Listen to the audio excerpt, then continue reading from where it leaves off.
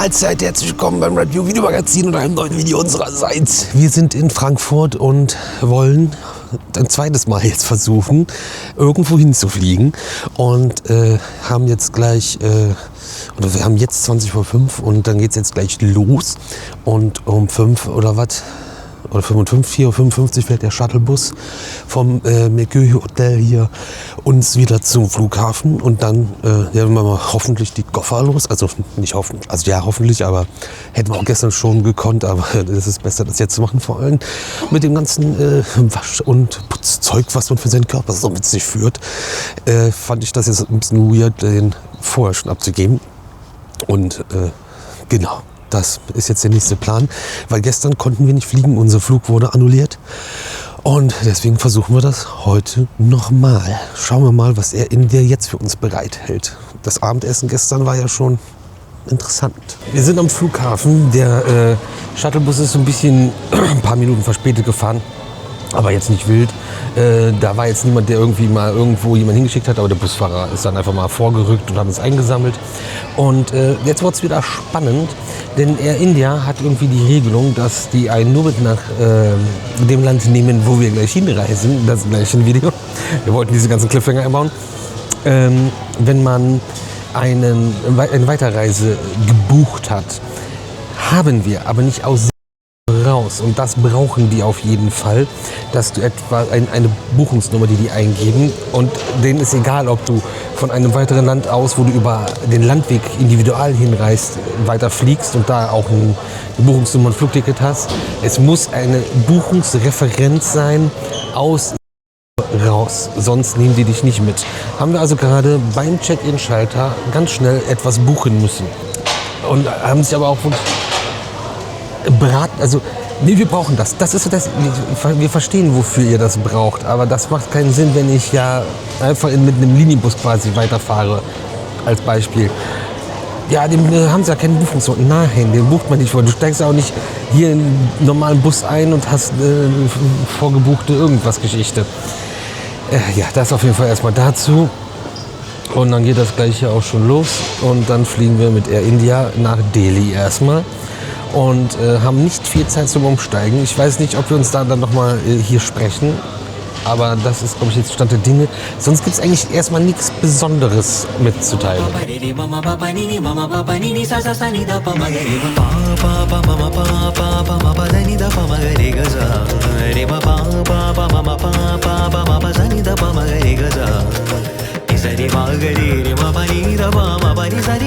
Wir sitzen übrigens in einer Boeing 7879, für alle, die das interessiert. Wir sitzen eigentlich ganz okay, würde ich sagen.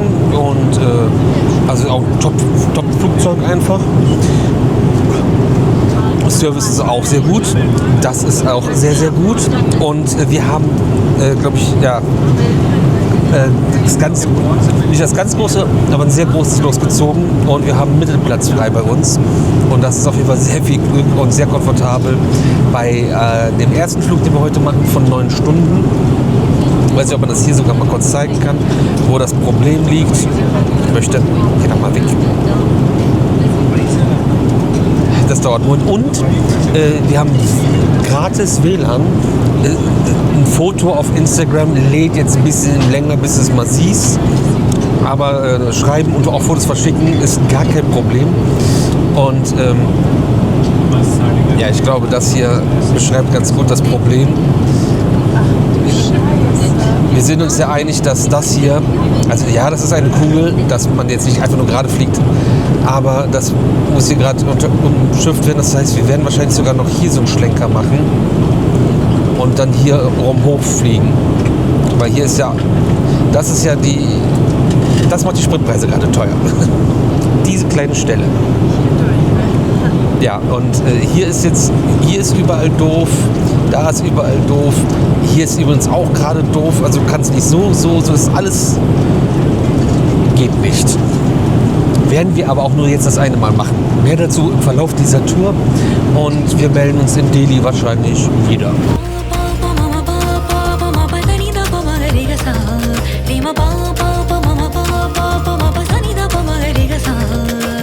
Sari ma ga re ma pa ni da pa ma pa ni sa ni ma ga re sa ni da pa ma ga re ma pa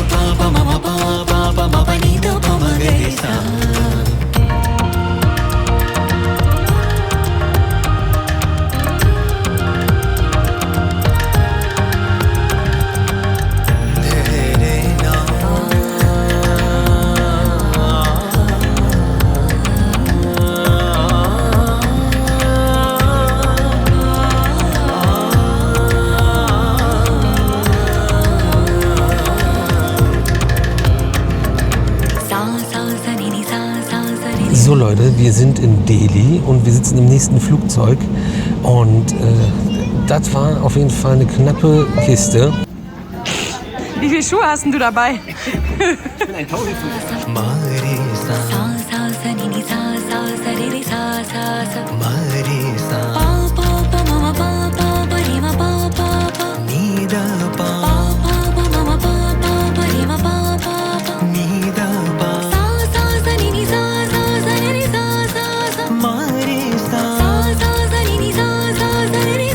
Ja, es ist die ganze Zeit sehr laut hier und hier wird rumgeschrien. Wir haben aber auch 2 Kandidaten vor uns. Wir sind noch nicht gestartet, aber sind schon vorgefahren und warten gerade einfach, dass wir losfliegen können. Und die haben schon mal ihre Sitze zurückgeklappt, was man beim Start nicht macht, weil die das nicht wissen. Also wir sind wirklich durch den Flughafen geprägt und da war schon Last Call. Ich hasse es, wenn du im Transit nochmal durch den Security-Bereich musst und dann ist das so dämlich, da muss jedes Kabel aus dem Handgepäck raus in eine Kiste.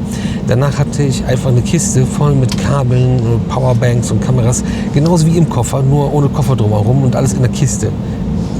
Sowas sinnfreies, ne? Ja, und dementsprechend lang dauert das alles mit kleinen Kisten, mit super schlecht Orga. Ansonsten sehr schicker Flughafen, auf jeden Fall cool. Und wir haben jetzt was sehr Besonderes. Wir fliegen das erste Mal Premium Economy.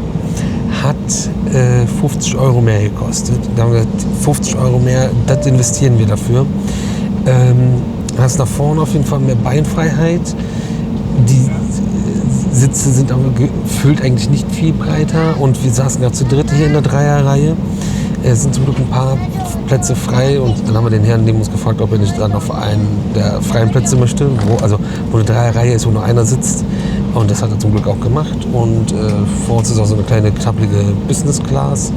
Genau, wir haben auch schon ein bisschen gepampert auf jeden Fall schon hier und warten jetzt auf unseren Start und dann fliegen wir weitere knappe 6 Stunden, 5,5, 6, so den Dreh rum, je nachdem, wie wir durchkommen. Und ich habe auch mal geguckt unterwegs, wir hatten ja Onboard Wi-Fi. Die Flüge von uns gestern, die ausgefallen sind, das lag wohl an der aktuellen Situation im Nahen Osten. Air India muss ja tagtäglich die Situation und die Gefahrenlage neu bewerten, ob und wie sie fliegen können. Und so wie sie fliegen können, fliegen sie ja länger als sonst. Und das wiederum bedeutet, dass die nicht so viel Personal mehr haben, beziehungsweise die Crews nicht mehr so einsetzen können, weil die natürlich über ihre Stunden kommen, weil die ja länger unterwegs sind. Also es war jetzt zum Beispiel 7,5 Stunden, wären es eigentlich Frankfurt-Delhi und wir sind ja jetzt gute 9 geflogen, als Beispiel. Ja, wir warten irgendwie, wir stehen hier, es tut sich nichts.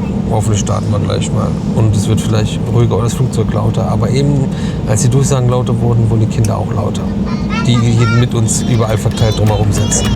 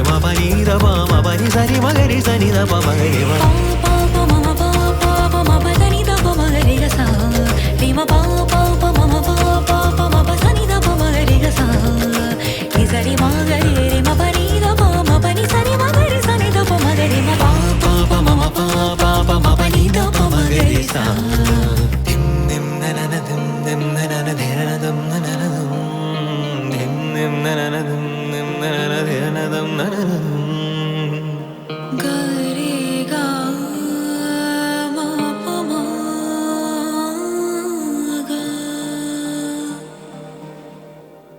essen wir als erstes? Ist ja fast vor den Koffern, die Uschi. Willkommen in Singapur, meine Freunde.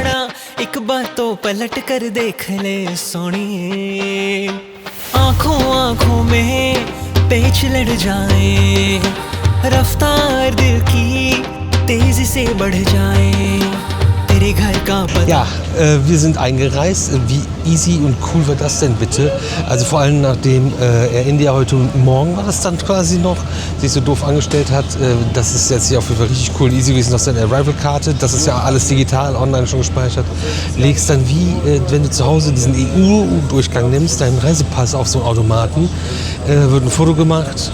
Und der Daumen kurz gecheckt und dann willkommen in Singapur. Sehr cool. Warten jetzt auf unsere Koffer. Uschi checkt gerade die eSIM. Auch immer ein bisschen Banane, dass du die zum Aktivieren brauchst du dafür Internet. Bisschen nervig manchmal, aber gibt es jetzt wohl in den ganzen Flughäfen. Und da müssen wir mal gucken, wie wir weiter zum Hotel kommen. Da hat aber jemand, den ihr gleich hier in diesem Video sehen werdet, uns schon geschrieben, wie die Verbindung mit der U-Bahn ist. Und da kommt schon der erste Koffer, höre ich gerade aus der Regie. Ja, zum Glück ist er so bunt und schreit hier. Jo.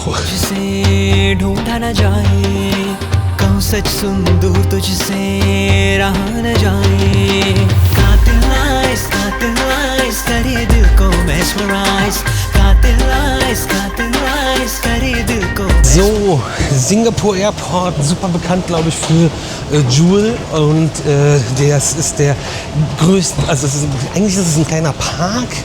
Und der hat den größten Indoor-Wasserfall der Welt. Wollte ich mir gerade angucken. Läuft nicht. Laut Google wohl erst immer ab 10 Uhr morgens und wir haben 8. Ärgerlich, aber man kann sich das ungefähr vorstellen.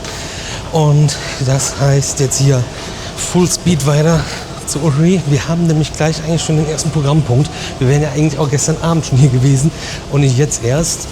Und ja, schauen wir mal, dass wir das irgendwie auf die Kette kriegen. Let's go!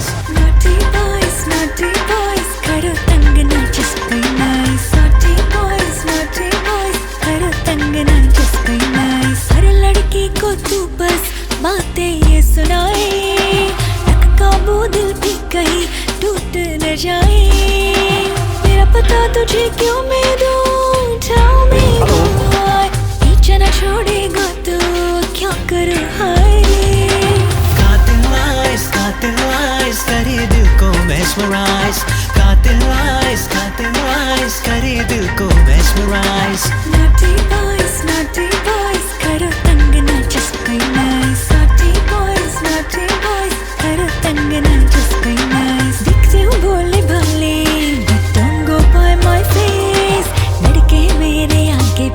कैसे हैंडल होगा ये क्रेज पूरी नी अदा तेरी हार है स्वीट मीठी लगती है प्रति का हीट पूरी नी वाइब तेरा है सबसे नीट कर ले मेरे घर वालों को मीट कातिल eyes करे दिल को mesmerize कातिल eyes करे दिल को mesmerize naughty boys करो तंग ना just be nice naughty boys करो तंग ना just be nice Lumina Fantasia. Mit USB sogar.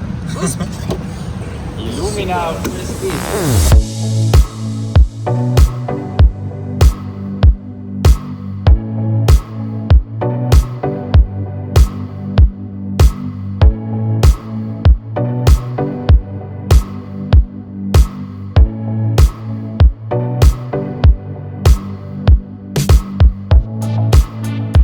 So Leute, ja Tatsache, sind wir mit Moritz und Lukas jetzt in Singapur unterwegs.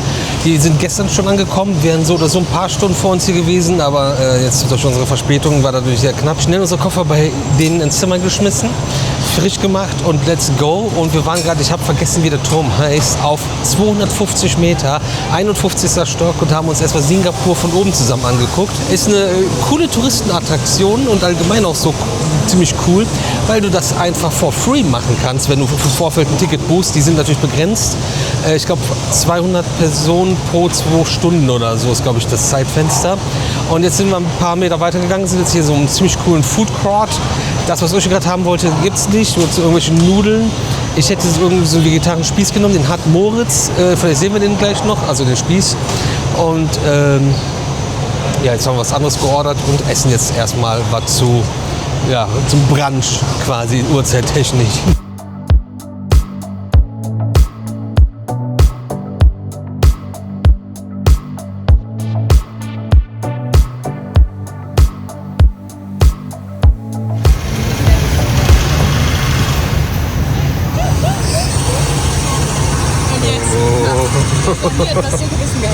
Konnichiwa.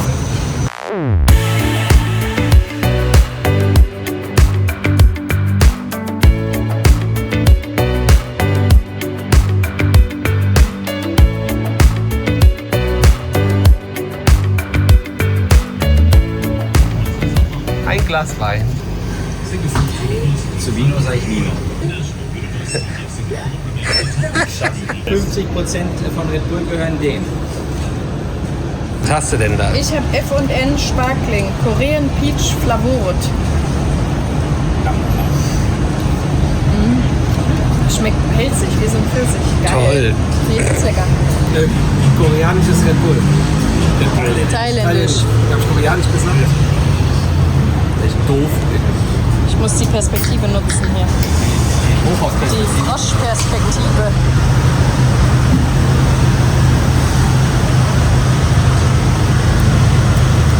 Keine Kohlensäure, ne? Sehr wenig. Ja. Ja,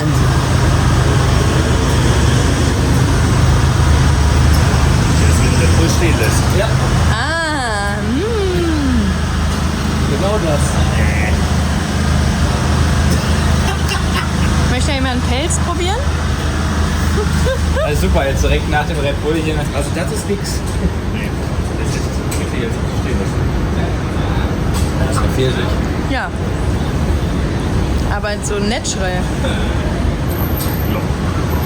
Das will eine Pfirsich stehen lässt. Kann man trinken. Das ist besser als das. Wer hat einen Deckel? Ah. Den kann man jetzt verlieren. Ja, das ist nichts für mich. Habt ihr was zu probieren? Nee. Die du meintest, wohin wir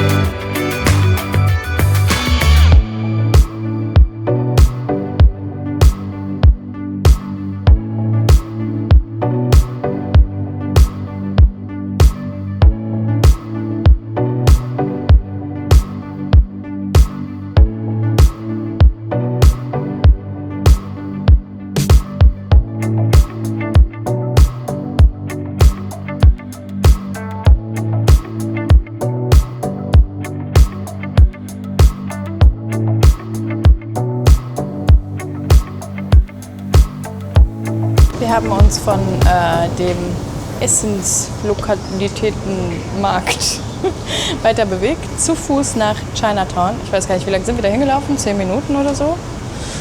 Durch die Hitze, durch den Mittagspeak, weil überall wollten alle Leute aus den Büros raus und essen gehen. Gut, dass wir das schon gemacht haben.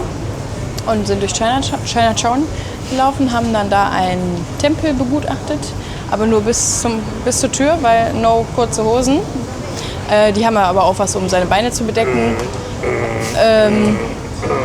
Das bekommt man da auch einfach umsonst, also das ist kein Problem, aber das war uns jetzt nicht dran gelegen, weil man konnte von dort, wo wir standen, auch alles sehen. Und dann sind wir nochmal durch dieses Viertel so ein bisschen gegangen, halt ein Souvenirgeschäft neben dem nächsten, ne? Überall gibt es Magneten und Schlüsselanhänger und weiß ich nicht was, lizenzierte Disney-Produkte. Und jetzt fahren wir mit der U-Bahn woanders hin. Kleinindien. Ganz kurz, wie fahre ich U-Bahn, also wie bezahle ich die U-Bahn und darf ich U-Bahn was trinken? Also man kann die U-Bahn einfach an diesem quasi am Gate einfach mit der EC-Karte, Kreditkarte, EC weiß ich gar nicht, Kreditkarte auf jeden Fall bezahlen. Dann hält einfach sein Handy oder seine Karte dran und das ist, als ob man halt so eine Metrokarte gekauft hätte. Kann man aber auch machen, wenn man mehr Fahrten kaufen will oder Tagestickets oder was auch immer, gibt es glaube ich auch. Und wenn man einsteigt, hält man die vor, wenn man aussteigt, hält man die wieder vor und so läuft das hier. Und wichtig ist, wenn ihr trinken oder essen wollt, nicht in der Metrostation und auch nicht in der Metro. No chance. Da muss man Geldstrafe bezahlen. Wenn ihr also verdursten wollt, dann müsst ihr den ganzen Tag Metro fahren. Was für eine Geldstrafe? In der einen U-Bahn war es tatsächlich $500 Geldstrafe und in der anderen U-Bahn war es $1000 Geldstrafe. Singapur-Dollar. Was mit Stinkfrucht? Was? Stinkfrucht, Kotzfrucht. Ah, die Kotzfrucht, ja. Ja, also man darf keine Kotzfrucht, ich weiß nicht, wie heißt die, Durinam? In der U-Bahn mitführen. Auch kein Sprengstoff oder flammable Sachen. Aber man weiß auch warum, weil die Kotzfrucht riecht halt, wie die Kotzfrucht riecht. Gibt aber keine Strafe für die Kotzfrucht. Darfst du aber nicht dabei haben. Und Rauchen auch noch. Rauchen darf man auch nicht. Nee, aber das gab $1000 Fein, glaube ich. Das aber überall nicht. Nee, Rauchen ist nowhere erlaubt. Ja. Wir steigen jetzt mal ein. Wenn der Bro hier weggeht.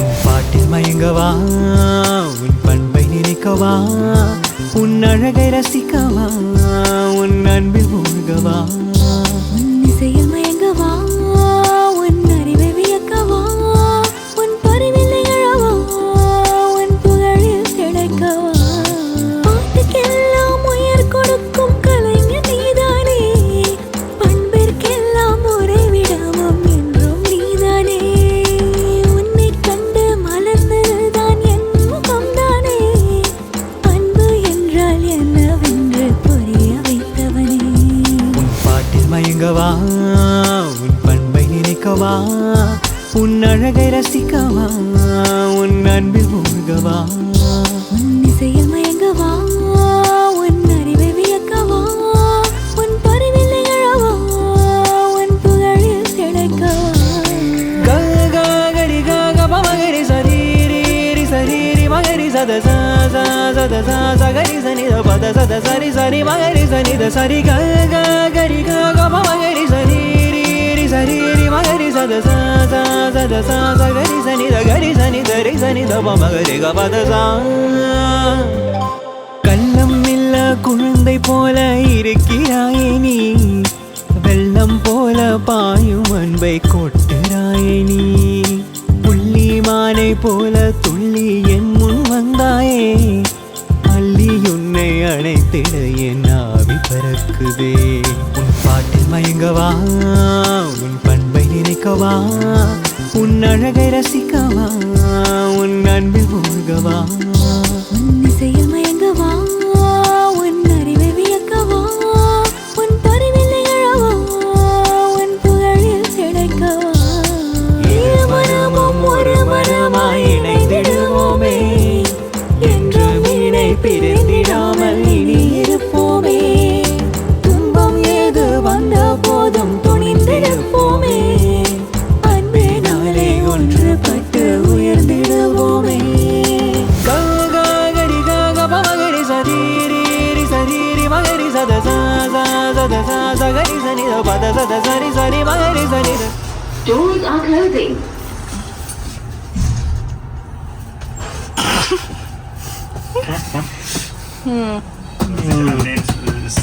Da ist nichts, oder? Lower basement. சரீரி மகரி சத சகரி சனித பத சத சரி சரி மகரி சனித சரி கரி மகரி சரீரி சரீரி மகரி சத சகரி சனித கரி சனித ரி சனித மகரி பத சா Jo Leute, ich sitze gerade hier beim Schnitt von dem Video, was ihr gerade seht und merke dabei, ja, so ein bisschen mehr Inhalt wäre schon nicht schlecht, aber es ging alles drunter und drüber, denn wir sind dann mit 2 U-Bahnen vom Flughafen in die Stadt quasi gefahren und sind dann in unser Hotel und wir hatten das Hotel irgendwie mal rausgesucht gehabt, wir wären ja auch eine Nacht früher da gewesen und Lukas und Moritz haben das dann nachgeordert und waren dann auch da. Und zum Glück waren die auch da. Dann konnten wir nämlich erstmal rein unsere Koffer bei denen lassen, uns ganz kurz frisch machen und dann sind wir auch direkt losgestratzt. Denn wir hatten unser Date, also unser Zeitfenster um auf das Türmchen hochzukommen und uns Singapur von oben anzugucken. Und ansonsten haben wir auch sehr viel uns Singapur angeguckt und euch einige Bilder mitgebracht, die ihr jetzt gerade gesehen habt und nicht so viel erzählt. Und wie ihr gerade gesehen habt, haben wir inzwischen auch in unserem Zimmer eingecheckt und das einmal kurz noch abgefilmt. Da haben wir uns auch kurz frisch gemacht und sind dann zum Pool hochgegangen. Das werdet ihr gleich auch sehen. Und ja, Singapur ist halt eine super saubere, sichere und sehr moderne Stadt in Südostasien. Super spannende, ausgefallene Architektur. Auch da werden wir noch, vor allem beim Marina Bay Sands, euch noch was zeigen. Da geht es nämlich noch mal hin. Und super viele Einflüsse, vor allem sehr geprägt durch die Kulturen von China, Malaysia und Indien. Und ja, crazy auf jeden Fall. Spannende Stadt, spannende Sachen, die man teilweise gerade gesehen hat, die man vielleicht hätte natürlich auch alles ausführlich erklären können, aber das war alles so übers Knie gebrochen, ist so schnell passiert und es ist halt so ein bisschen umgegangen und das jetzt im Nachgang noch irgendwie zu machen, ist auch ein bisschen gagelig, weiß ich nicht, irgendwie doof. Wir haben alles mit den Öffis da gemacht. Autos sind halt super streng limitiert, kosten super viel Geld und es hätte auch keinen Sinn gemacht, sich da ein Auto zu mieten. Und deswegen sind wir schon mit dem U-Bahn-System, mit dem MRT rumgefahren. Und da habt ihr auch gerade noch gesehen, wie das funktioniert. Einfach irgendeine Kreditkarte dran halten und dann läuft das Ganze. Das einmal nur kurz abgeholt, damit ihr so ein bisschen mehr Input habt. Ist halt alles ein bisschen chaotisch gelaufen und nicht so wie gewollt und geplant. Ein Teil davon hat man auch im monatlichen Daily Vlog gesehen vom März. Und einen Teil haben wir schon ja erzählt und werden wir noch in der Reihe dieser Videos hier erzählen. So wie es eigentlich immer ist. Ich schneide mal weiter, damit ihr das wenigstens irgendwie auch zeitnah sehen könnt.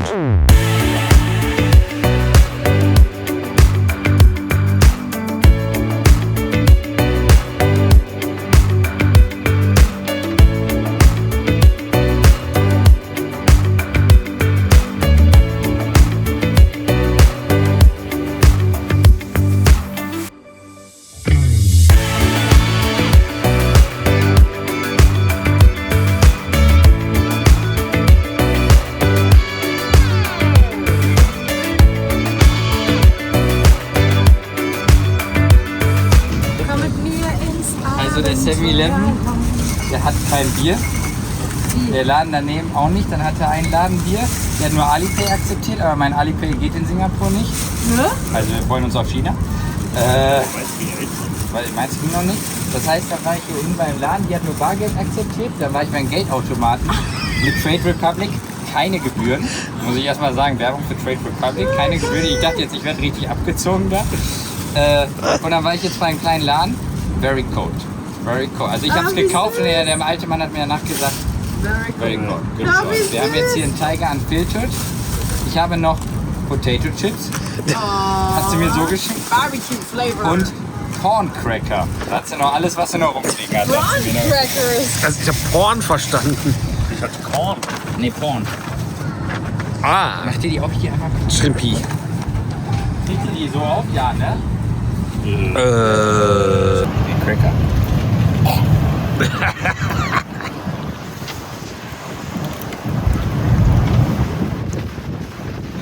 Kennt ihr den TV Total Sport? Wenn man das nicht essen kann. Das geht nicht. Ich kann das nicht essen. TV Total kam jetzt immer so eine ältere Frau. Also da möchte ich mich einfach nur übergehen. Also, es schmeckt. Oh, nee, im Nachhinein. Also, es geht. Aber es riecht viel schlimmer, als es schmeckt. Wenn man es kaut, denkt man erstmal, so, ja, schmeckt gar nichts. Und am Ende kommt dieser Krabbenchips-Geschmack eigentlich nur raus. Und den finde ich jetzt nicht so schlimm. Also, riechen sollte man daran nicht. Hiervor wird sich geekelt. 7-Eleven präsentiert das Krabbentasting. Wir sitzen übrigens hier, wir waren gerade in unserem Hotelpool auf unserer Rooftop-Pool, nicht Bar. Wie nennt man das denn eigentlich? Rooftop-Pool. Ja, ohne Bar. Ich verstehe Läden nicht, die keine Bar haben. Es stinkt schon sehr fies nach so einer alten Nordsee-Fritteuse riecht das. Die tolle Tüte von Nordsee. Ungesüßte Kellogg's Max. Nix. Noch länger nix. Unnötig.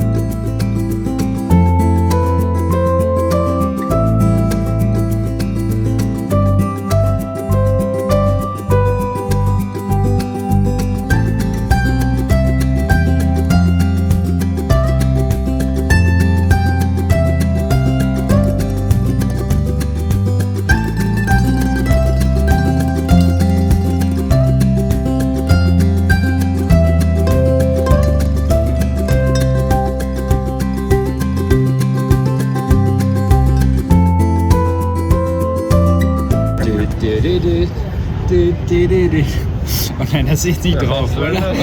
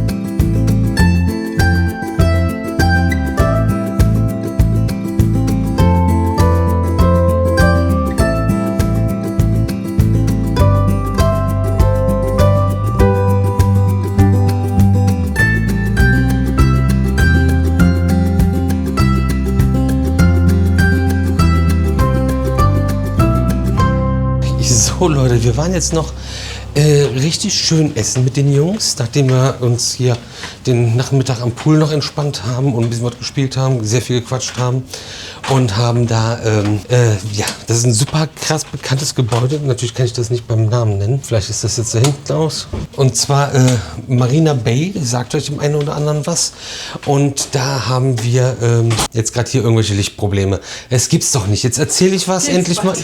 Nee, aber es nervt doch einfach total. Genau. Was gegessen, super gutes Essen, super gute Drinks, super unfassbar gute Aussicht. Jetzt leuchtet's hier. Ja. Man weiß es nicht. Haben wir unser Zimmer irgendwie, ja, das sieht schon aus wie Kraut und Rüben. Eigentlich brauchen wir es auch gar nicht mehr zeigen.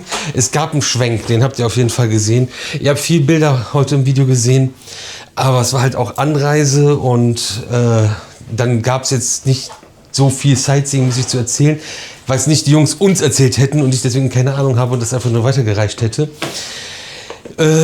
Genau, und jetzt haben wir auch schon gleich 11 Uhr, 20:11 Uhr sind es, glaube ich. Und die Bar im Hotel hat schon geschlossen, weil da hätten wir jetzt gerne noch einen Absacker getrunken.